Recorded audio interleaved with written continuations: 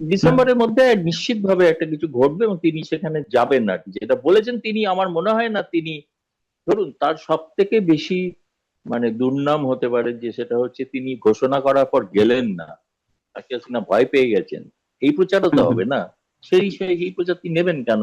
পৃথিবীর সব থেকে বেশি সময়ের থাকা মহিলা প্রধানমন্ত্রী, তাই না? এতবারের প্রধানমন্ত্রী, এবং তিনি একটা কথা বলছেন, সে কথার কোনো দাম নেই, মূল্য নেই। এটা যারা ভাবছেন, আমি বলবো তারা মূর্খের স্বর্গে বাস করে। ডিসেম্বরের জন্য প্রস্তুত হন, প্রস্তুত হন, মানসিকভাবে, শারীরিকভাবে, সামরিকভাবে প্রস্তুত হন। 4 আগস্ট 2024 সেনাবাহিনী ঘোষণা করেছিল তারা জনতা যদি ব্যাপক আকারে হাজির হয় তারা গুলি চালাবেন না। আজকে ডিসেম্বরের 6 তারিখ হোক বা 7 তারিখ হোক, যদি শেখ হাসিনা পৌঁছন, তাহলে সেনাবাহিনীকে সিদ্ধান্ত নিতে হবে সেই লাখো লাখো জনতার উপরে গুলি চালাবেন চালাবেন। ফলে সেই সিদ্ধান্তটা এখন আর্মির টেবিলে।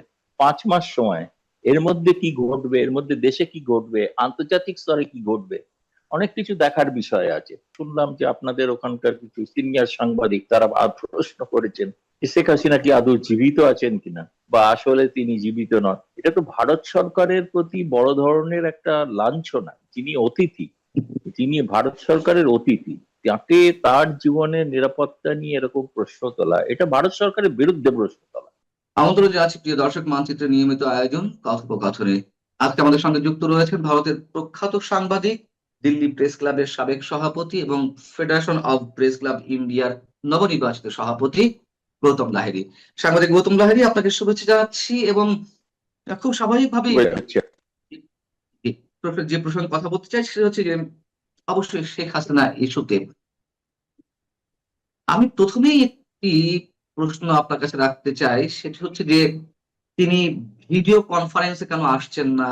তিনি ইমেইলে বিভিন্ন গণমাধ্যমের সাক্ষাৎকার দিচ্ছেন, তিনি রয়টার্সকে সাক্ষাৎকার দিয়েছেন 1 ঘন্টা ব্যাপী টেলিফোনে। এর আগে সম্ভবত আপনার সাথেও কথা বলেছেন টেলিফোনে, এবং আপনি নিজেও বলছিলেন যে তিনি খুব দ্রুত ভিডিও কনফারেন্সও আসবে, প্রকাশ্যে আসবেন। কেন তিনি এখনো পর্যন্ত প্রকাশ্যে আসছেন না? এই প্রশ্ন এখন বাংলাদেশ থেকে অনেকেই তুলছেন। দেখুন, অনেক বিষয় তো নিশ্চিতভাবে তিনি হয়তো পর্যায়ক্রমে সিদ্ধান্ত নিয়েছেন তার রণনীতি, কিভাবে তিনি বাংলাদেশের রাজনীতি সম্পর্কে তার মত প্রকাশ করবেন। প্রথমে অডিওতে বলছিলেন, প্রথমে ইমেল মারফত তিনি সাক্ষাৎকার দিচ্ছিলেন, তারপরে তিনি অডিওতে দেওয়া শুরু করেছেন। কারণ বহু সাংবাদিক তারা এখন জানতে চাইছেন যে প্রকৃতপক্ষেই শেখ হাসিনা যদি অডিওতে, বিশেষ করে পশ্চিমা সংবাদ মাধ্যমের একটা বড় শর্ত হলো যে তারা কোনো ইমেল ইন্টারভিউ ছাপেন না। তারা যিনি ইন্টারভিউ দিচ্ছেন তার সঙ্গে তারা কথা বলে নিশ্চিত হতে চান, তবেই তারা ছাপতে পারে। যে কারণে একবার ব্লুমবার্গ তার কোনো ইন্টারভিউ ছাপেনি, কিন্তু আমি শুনেছি ব্লুমবার্গও তার ইন্টারভিউ নিয়েছে, এবং সেটা অডিওতেই ইন্টারভিউটা হয়েছে। স্বাভাবিক।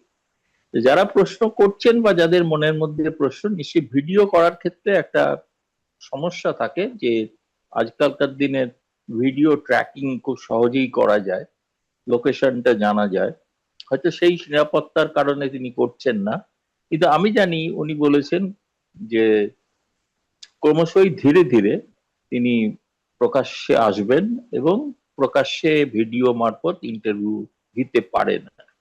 আমি বলছি না সেটা কবে দেবেন।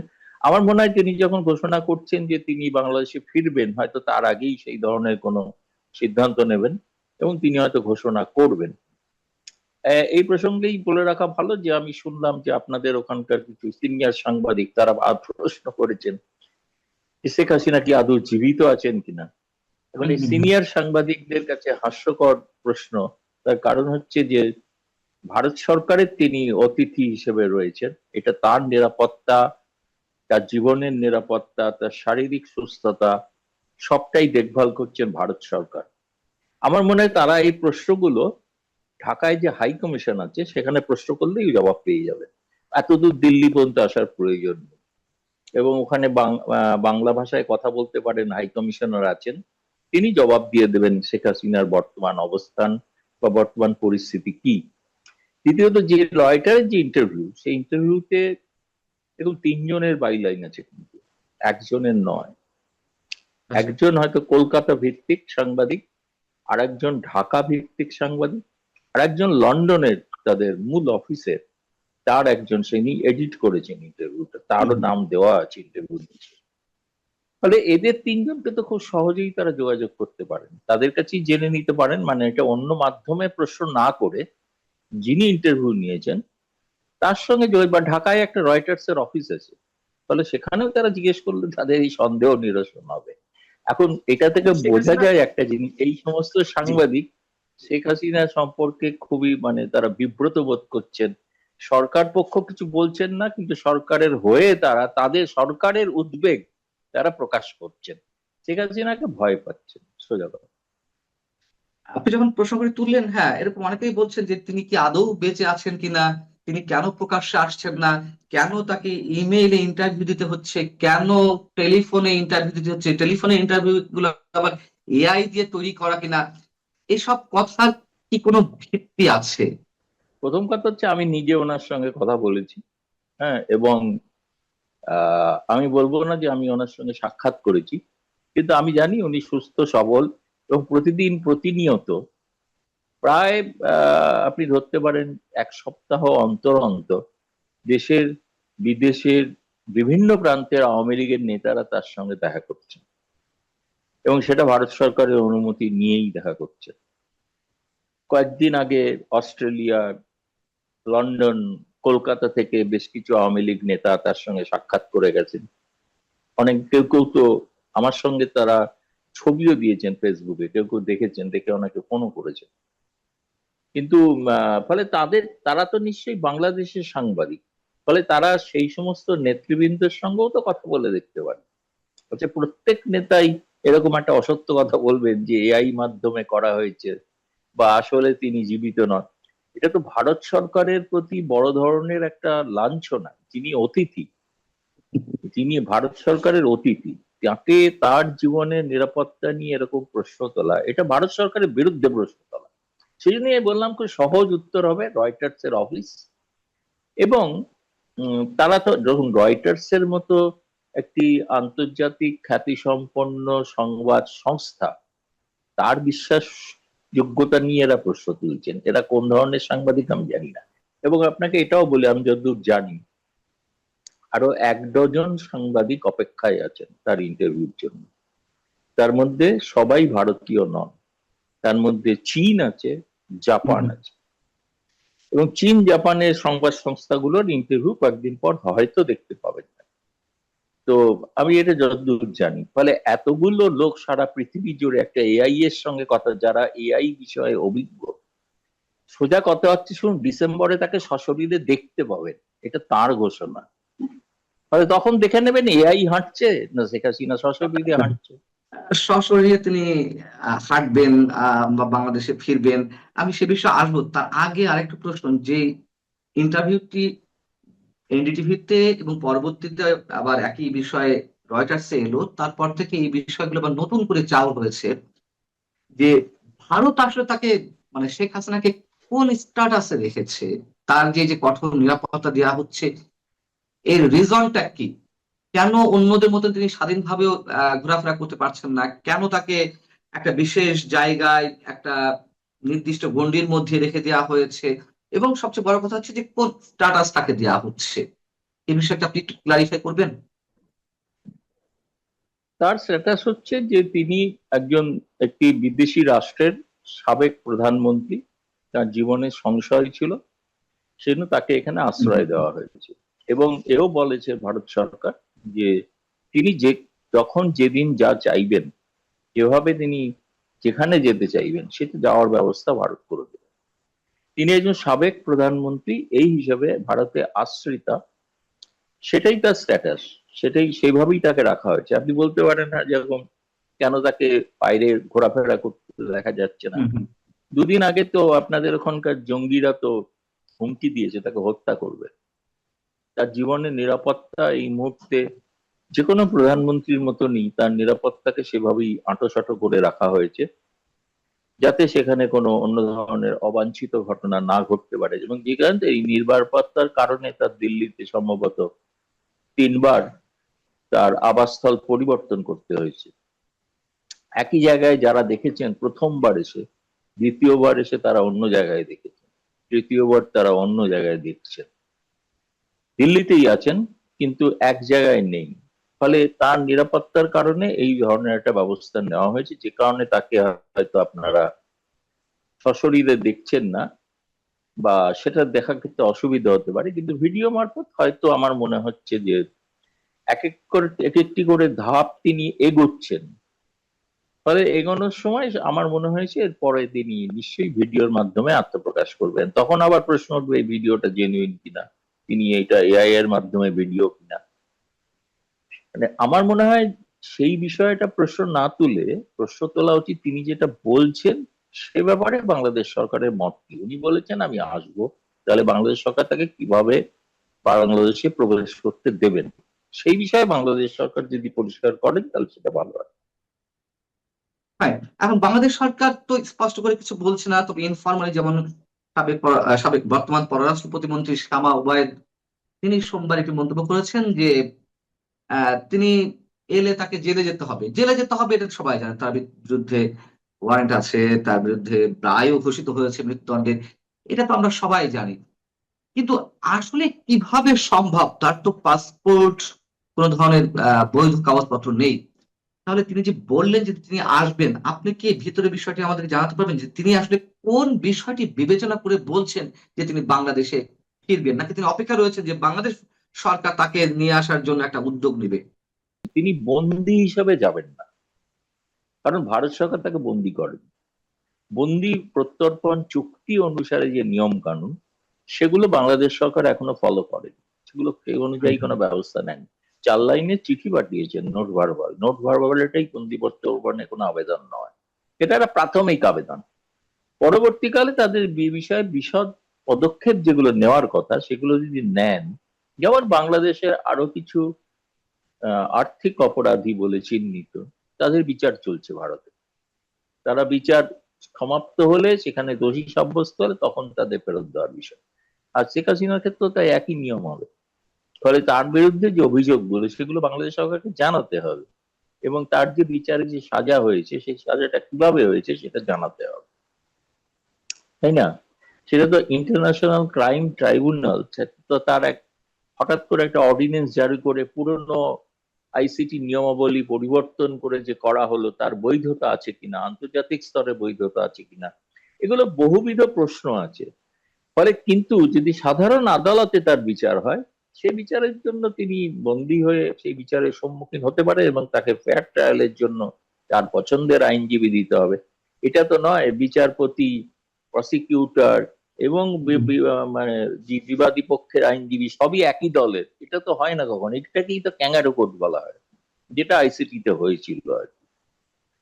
ফলে আমি যেটা মনে করি তিনি যেতে চাইছেন, তিনি ধরুন আমি কথার কথা এটা বলেছিলাম, এটা অনেকে হয়তো সেভাবে ভাবছেন যে তিনি সিদ্ধান্ত নিয়ে নিয়েছেন যে বেনাপোল পেট্রাপোল হয়ে যাবেন, সেটা না। আমি বললাম, আমি এটা প্রতীকী অর্থে বলছিলাম যে একবার অনেককাল আগে একবার জিজ্ঞেস করেছিলাম যে আচ্ছা যদি ধরুন একদিন সুযোগ হয় আপনার যাওয়ার, আপনার দেশে কিভাবে আপনি যাবেন, কিভাবে যেতে ভালো পছন্দ করবেন। বলেছেন আমার তৈরি করা পদ্মা সেতু দিয়ে আমি যাব, পদ্মা সেতু দিয়ে এগিয়ে আমার পথে গোপালগঞ্জ টুঙ্গিপাড়া যাব।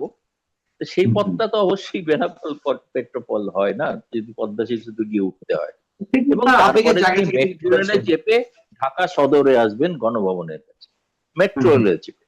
তো এটা ওনার একটা স্বপ্ন। এখন স্বপ্নটা বাস্তবায়ন হবে কি হবে না সেটা তো ভবিষ্যৎ বলবে, 5 মাস বাকি আছে।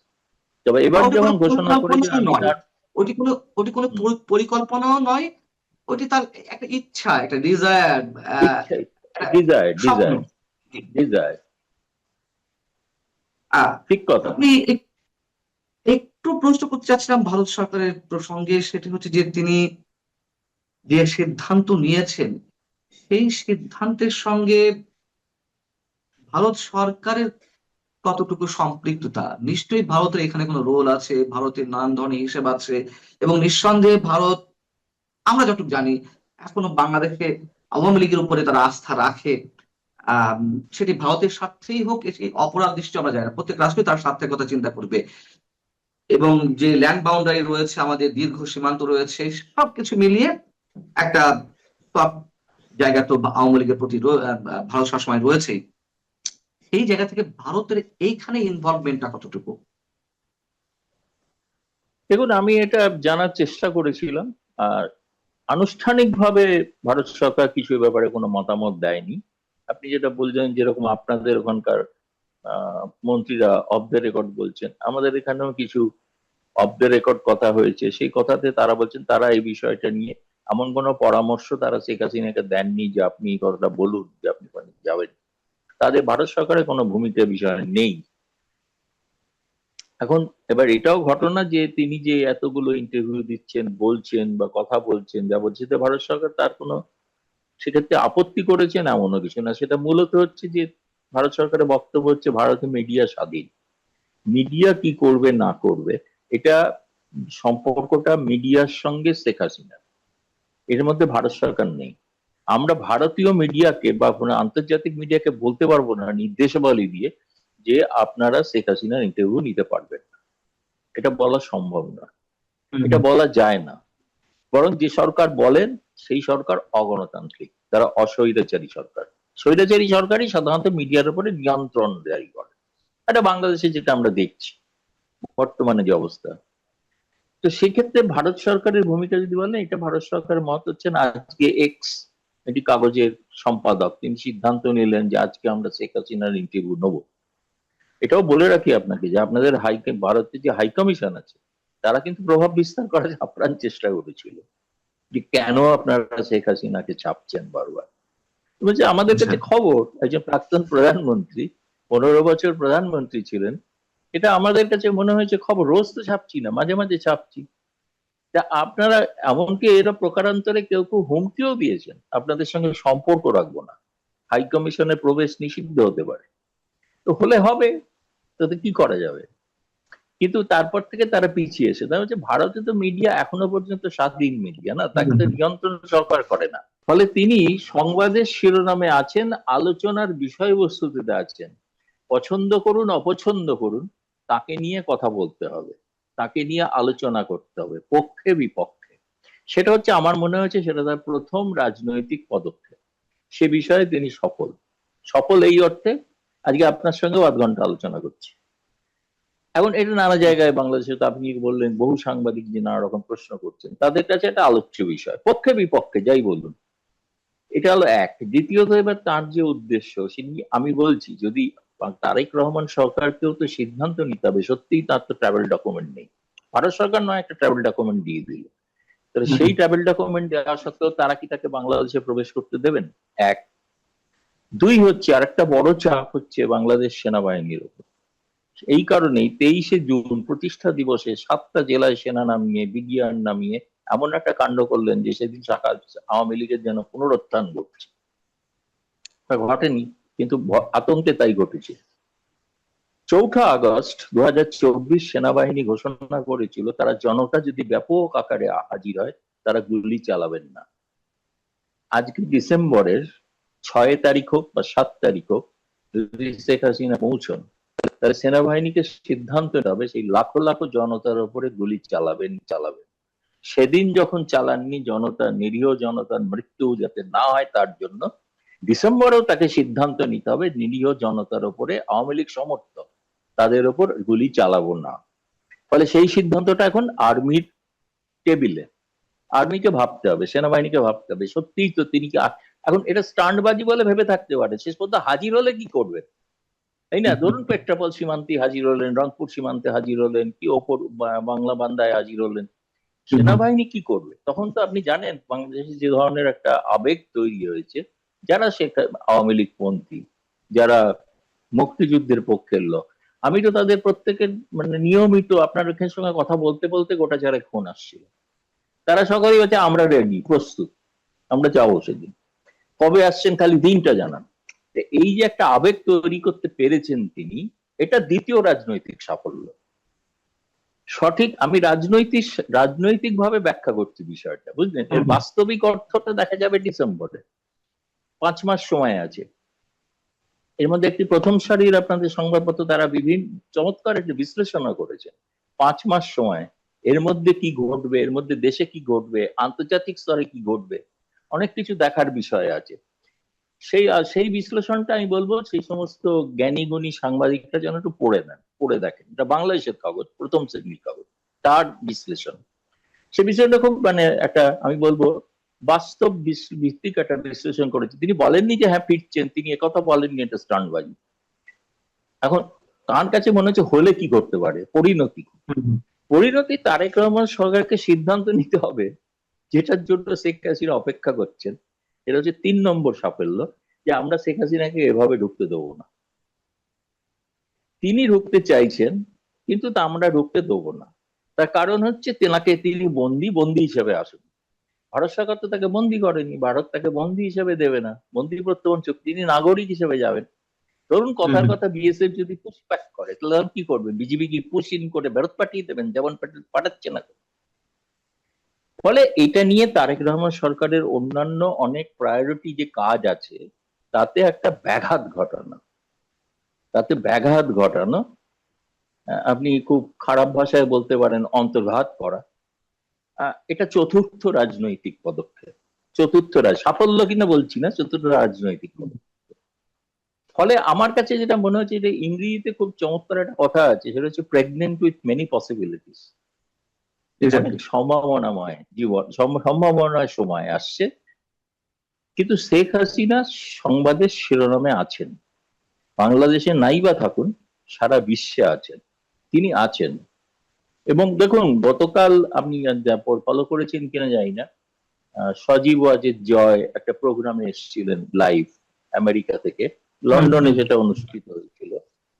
সেখানে তার বক্তব্য আমি শুনলাম। তিনি কিন্তু এই মানে ফেরা না ফেরা ইত্যাদি নিয়ে তিনি কোনো মন্তব্য করেননি। তিনি বলেছেন যে 6 কোটি আওয়ামী লীগ সমর্থক এবং আওয়ামী লীগ ভোটার আছে বাংলাদেশে, তাদেরকে যদি উপেক্ষা করা হয়, তাহলে বাংলাদেশ একটা গৃহযুদ্ধের মুখে যাবে। এবং গৃহযুদ্ধ, সিভিল ওয়ার শব্দটা ব্যবহার করেছেন, ইংরেজিতে ভাষণ দিয়েছেন। তো সেই গৃহযুদ্ধের কথা ভেবেই হয়তো শেখ হাসিনা এমন কোন সিদ্ধান্ত নিচ্ছেন, যেটা তারেক রহমান সরকারের পক্ষে। মানে আপনি আপনার দীর্ঘ সাংবাদিকতা জীবনের অভিজ্ঞতা, আওয়ামী লীগ বা বাংলাদেশ ভারত সম্পর্কের জায়গা থেকে যে গবেষণাগুলো এবং ব্যক্তি শেখ হাসিনাকে আপনি যেভাবে জানেন, সেই জায়গা থেকে আপনি বলছেন যে তিনি যেটি বলছেন সেটি কার্যকর করার সমূহ সম্ভাবনা। বিষয়টি তো তাই নাকি? অবশ্যই অবশ্যই, এবং আমি এটা বিশ্বাস করি। প্রথমে আমি ভেবেছিলাম তিনি শুধু তার নেতা কর্মীদের জন্য বলছেন, কিন্তু এটা আমাকেও ইন্টারভিউতে এরকমই বলেছিলেন। কিন্তু এখন তিনি একটা নির্দিষ্ট রাজনৈতিক পদক্ষেপ নিয়ে এগোচ্ছেন বলে আমার মনে হয়। ডিসেম্বরের মধ্যে নিশ্চিতভাবে একটা কিছু ঘটবে এবং তিনি সেখানে যাবেন না। যেটা বলেছেন তিনি, আমার মনে হয় না তিনি, ধরুন তার সব থেকে বেশি মানে দুর্নাম হতে পারে যে সেটা হচ্ছে তিনি ঘোষণা করার পর গেলেন না, তাকে না ভয় পেয়ে গেছেন। এই প্রচারও তো হবে না। সেই প্রচার তিনি নেবেন কেন? পৃথিবীর সব থেকে বেশি সময়ের থাকা মহিলা প্রধানমন্ত্রী, তাই না? এতবারের প্রধানমন্ত্রী, এবং তিনি একটা কথা বলছেন, সে কথার কোনো দাম নেই, মূল্য নেই। এটা যারা ভাবছেন, আমি বলবো তারা মূর্খের স্বর্গে বাস করে। ডিসেম্বরের জন্য প্রস্তুত হন, মানসিক ভাবে, শারীরিক ভাবে, সামরিক ভাবে প্রস্তুত হন। এটা নিশ্চিত তিনি জানেন। ধন্যবাদ। সাংবাদিক গৌতম লাহিড়ী, আপনি ভালো থাকবেন, আপনার জন্য শুভকামনা। দর্শক আপনারা যারা শুনছিলেন, আপনারা ভালো থাকবেন। আল্লাহ হাফেজ।